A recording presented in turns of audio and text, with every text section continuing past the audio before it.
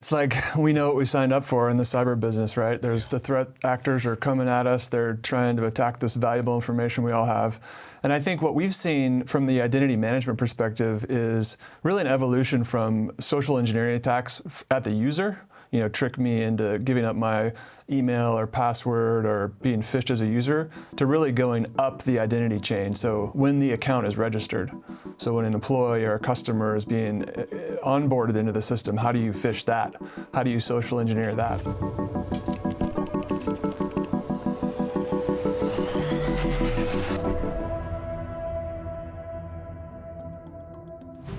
Welcome. Thanks for joining. I'm Brad Arkin. I'm the Chief Trust Officer here at Salesforce, and I've got my friends Mike and Todd visiting from CrowdStrike and Okta. Thanks for coming, guys. Thanks for having me. Yeah. Great to be here. So let's talk about shared responsibility. This is a phrase that gets bandied about a lot, and I think the original idea is that there's things I need to do as a SaaS publisher. There's things my customers need to do as our customer, and together we're going to deliver the secure outcome. And I think in the real world, it gets a little more complicated. And so this is something that you're dealing with at Okta. I know at CrowdStrike, you see a lot of this happening. What are some of the places where you see challenges with shared responsibility, and how do you interpret it for your business at Okta? Well, I can answer this from two perspectives. One is as a CEO of a company that's trying to be one of the most secure organizations in the world internally. So one of the things that has been really eye-opening for us over the last few years is the power and capabilities of these platforms we run and their ability to be configured for secure outcomes. Salesforce is a good example. Salesforce has almost limitless ability to customize and configure it to be completely locked down. Mm-hmm. And that's true on many services. The challenge is that they all work a little differently, and there's some problems with standardization and consistency there. But really, trying to run a secure shop, you have to look into the capabilities of your tools and applications and make sure you take advantage of the security capabilities they provide. The second perspective is, as someone that is building a product and platform for companies, we take the mindset that we have to make it, of course, configurable to be secure, but really secure by default. It's upon us to make sure that it gets delivered in a way today and in the future that the great security outcomes are as easy to surface and are as default as possible. That's really how we see it from a provider perspective. What I've heard is it's a lot of times it's possible to do it the right way now, and we want to make it really hard to do it the wrong way. And that is a really big leap. And I think that's part of the responsibility we're taking on as vendors now, is that we have to help guide you through that process, right? And don't assume that the user is going to do it the right way. And so, just like we just partnered to release the Falcon Shield for Salesforce, to be able to help take the security people and the Salesforce admin and have them work hand in hand at getting that best outcome for configurability, because there is a lot of complexity. It's a powerful platform, and people want to set it up the way they want to, but help them find that best practice without having to. And this is something, when we're talking about the right defaults are a big part of the story, but getting it from 98% adoption to 100% adoption, that a lot of times there's a lot of work in that last 2%. And so maybe you could share some anecdotes about that. Well, I think there's times when you have to make it compulsory. It's not optional. And you got to do the work in product and engineering and change manage it to make it required. Good example for us is a couple of years ago, it was possible to have the Okta admin console not have multi-factor authentication in front of it. Wasn't common, but it was possible. So we did the work to make that not possible. Mm-hmm. So every Okta customer in the world now has multi-factor authentication on their admin console. That was a lot of work, because you could imagine people have dependencies on it where they have service accounts calling it, and they have business processes and tenant-to-tenant relationships that require it to be not locked down on MFA. But that was the thing. We just did the work in engineering to make it absolutely required. So I think you're going to have those situations because sometimes stakes are so high you can't leave it up to the customers. Yeah, and going to a customer who has something working and telling them, we're going to create work for you because we need you to up-level your security environment. That is a tough conversation to have. But when you're trying to partner with them, and back to the shared responsibility, this is what we know about the risks that they may not be hip to, and we need to partner with them to educate them and say, this is no longer a tenable setup. It's something that we have to partner with you on in order to lift it up. And that last mile can be really tough. Yeah, and part of this is a cultural challenge with companies, because sometimes the people managing the applications or the teams managing the applications and the security teams are in pretty different worlds. You know, there's network teams, there's endpoint teams, there's security teams, and a lot of times the applications teams are pretty separate. And so trying to affect change on the applications teams under the name of security, those teams receive it as, that's the security group's job. We just do apps. Yep. So this, I think what people are learning now is a lot of these things are commingling, and like a lot of things, people have to work together for these outcomes.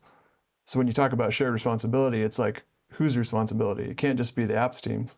It's got to be the apps teams and the IT team and the security team working together to put that policy in place around the products that's going to have those secure outcomes that they want. Yeah, and I think that it's vendors and customers working together, it's security team and app owners working together. Like there's a lot of cross-functional requirements that are in there, and getting all the right people blending in and then bringing in security vendors. There's a lot of different places, moving pieces here. Yeah, the more automated we can make it, the more turnkey we can make it, and the sea of apps that people are adopting, that has to happen. So the world is crazy right now. What are you seeing out there? I feel like social engineering and the innovations there are really happening. Yeah, it's like we know what we signed up for in the cyber business, right? There's the threat actors are coming at us. They're trying to attack this valuable information we all have. And I think what we've seen from the identity management perspective is really an evolution from social engineering attacks at the user, trick me into giving up my email or password or being phished as a user, to really going up the identity chain. So when the account is registered. So when an employee or a customer is being onboarded into the system, how do you phish that?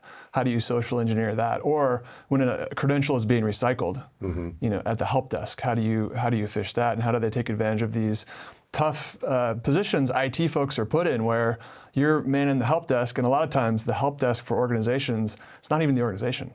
It's outsourced third-party call center. And that threat actor is taking advantage of that poor person running that help desk that just wants to help the user. And you listen to these calls and they sound exactly like real users that are desperate to get their work done, desperate to get into their applications and get their job done. And it's like the weakest link sometimes as a human. And that support desk person kind of goes around the protocol and gives out the credential. So that's a real evolution, I'd say, in the last year or so. Yeah. And we all have to respond appropriately. That's what I've seen, that the excited new employee posts on LinkedIn, I just got a new job, I'm starting at company X. And then the attackers start calling in, pretending to be that user, saying like, I can't get connected, I've got this new laptop in the box, how do I set it up? Yeah, especially and on LinkedIn too, they put what they're doing. Yeah. So if they're going to go to work in the IT help desk, if they're going to go to work as a systems reliability engineer, there's a target in terms of maybe how the attacker could compromise them and move laterally. So it's a pretty important thing to lock down. And it's all in the name help desk. Like those folks are in the job because they want to close tickets, they want to like help people get productive. And occasionally it's like the bad guy, and that's what's happening in the real world. So what are you seeing at CrowdStrike? Yeah, very much the same thing. Adversaries take the path of least resistance, and social engineering, as we harden a lot of the environments, is that soft target. And the other thing we're seeing is an acceleration of AI adoption, to use that as a tool, because now hang on, AI adoption by the bad guys or the defenders? Yeah, by the bad guys. Okay. Because the days where you can recognize a phish, by having a trained eye are probably over, right? They can write a phish, and it's really making their high fidelity social engineering at scale, because the language barrier is no longer an issue, and you can use AI to craft the perfect phishing. Yeah, and what I see happening is it's the like deepfake audio clips that people attach to WhatsApp messages, combined with the screenshot, and then sometimes they'll use prose or written text that's in the style of.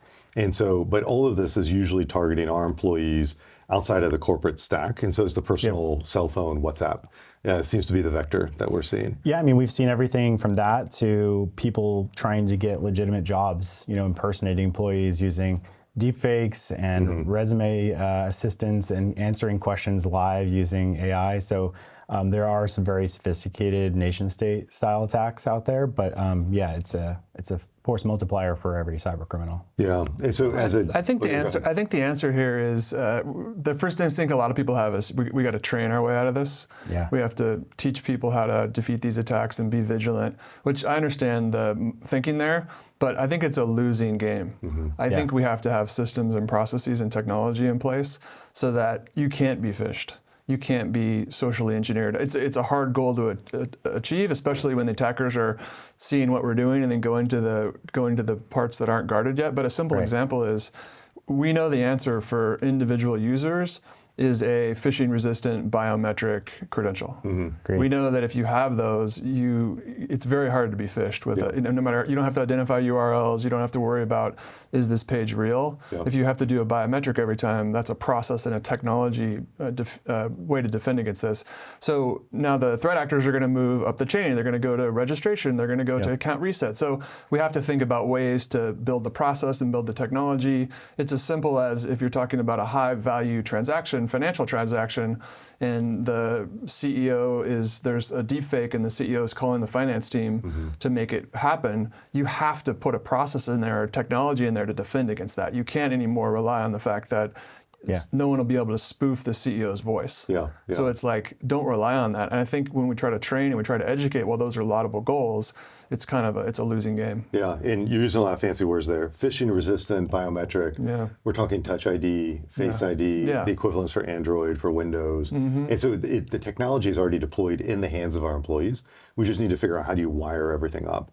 And so this was a big win for us. When I joined Salesforce, we did the final mile of that implementation, and we're using Okta Verify is the stack that we use. But basically being able to connect the Touch ID on a Mac laptop all the way up, so there's a secret inside of the secure enclave on the laptop that the user doesn't know. So it doesn't matter how much you trick me or scam me, I can't give it up because it's inside the laptop. And so that's like success for us. But that's only one scenario. And like you said, when you register the new device, that's now the weak point. And how do we get in there as the attacker? And that's what we have to defend against.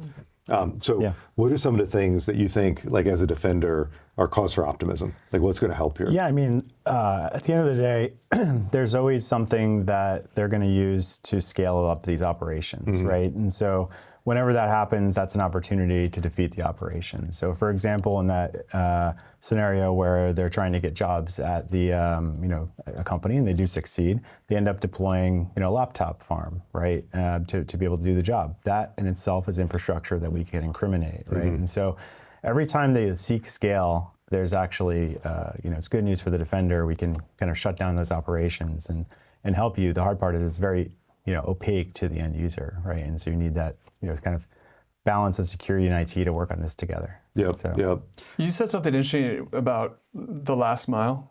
I think that's like a lot of things in technology and life. That's really the hard part. The last mile, and especially what's happening now. We talked a little bit about AI as a tool for threat actors to do better deepfakes or attack more effectively.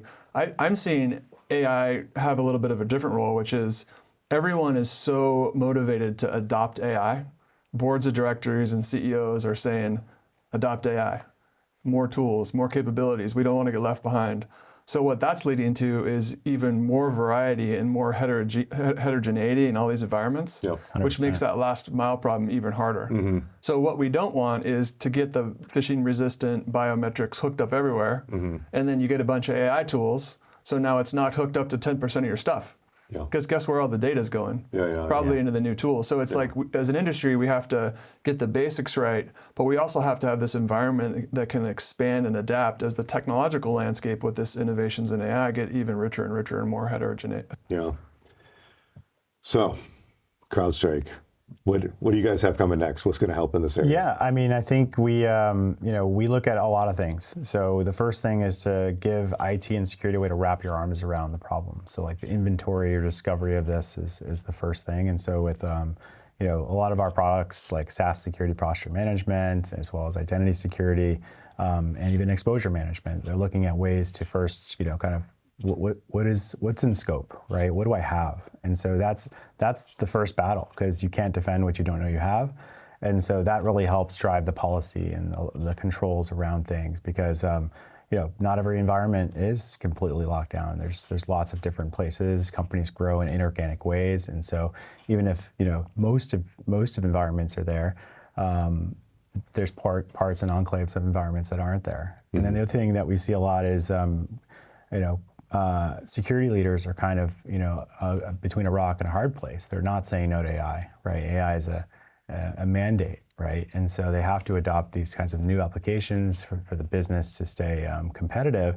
And so now they're having to kind of like write policy on the back end. So security teams are definitely on the back foot. We're giving them a lot of tools to do that inventory, to do that assessment, and to give them that kind of first line of defense with controls, and give them some guidance, hold their hand through how to write the right configurations, how to write good policies, because the average security person is managing hundreds of security tools and IT applications that need to be secured. And so that complexity is where we see our ability to deliver. Yeah, So. and when I think about, so every big company I've been the security leader at has been an Okta customer. And so the only way that we can answer the question, what does our third-party landscape look like, is we look at the Okta integrations.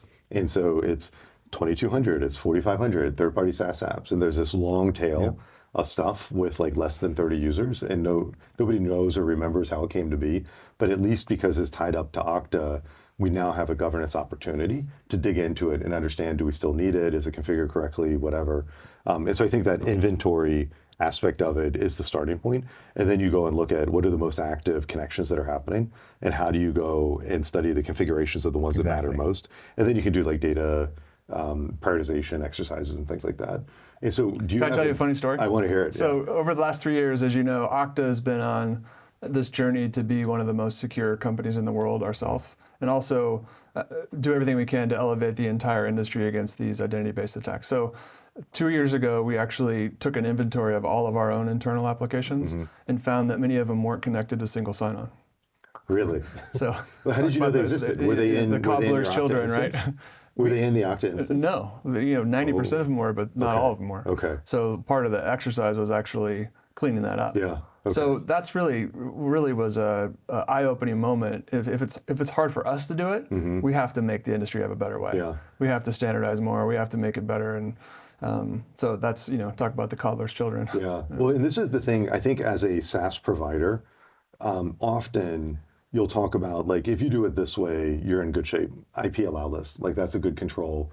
But then you say, well, how many of our users or customers have set it up correctly where they get the benefit of that feature?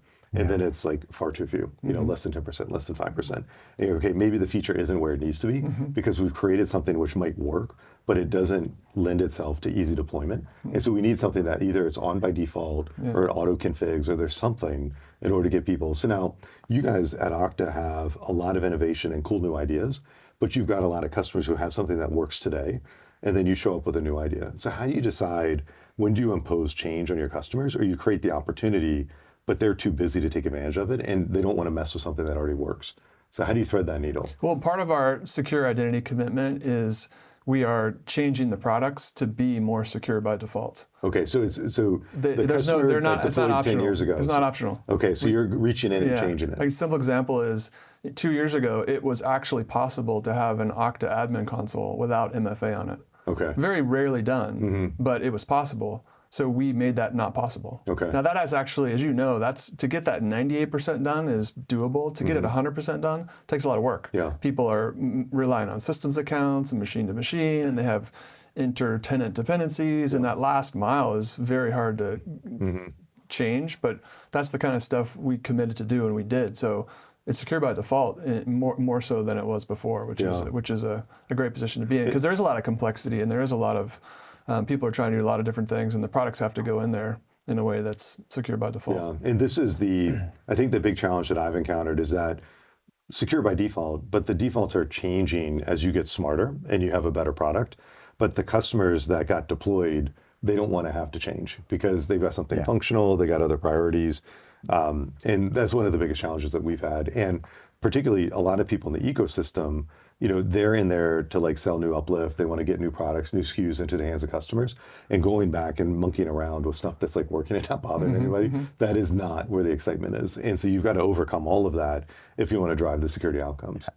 I think this is the biggest opportunity for AI to make a difference, right? In security, we just don't have enough people to drive the helicopter that we build, right? And so I think, we saw this coming a long time because there's been a skill gap, then there's a labor gap, and now adversaries are moving so fast, we see a speed gap. Yeah. And so AI was kind of inevitable. And so, we've been investing in ways to kind of create that agentic workforce for people, and that'll cross over into the IT boundary, because it's not just about the visibility and finding the bad thing, it's about how do I remediate and give the person on the other side, the sysadmin or IT, everything they need with a bow on it to know that that's what they have to do. So I think that's the promise. You know, we talk a lot about the scary parts of AI, but I think it does help automate some of these high complexity, you know, high leverage problems, especially around, you know, key configurations. Yeah, we've got some things that we're prototyping where you'll do a security health check of your Salesforce configuration, and it'll list out whatever the opportunities are to do better.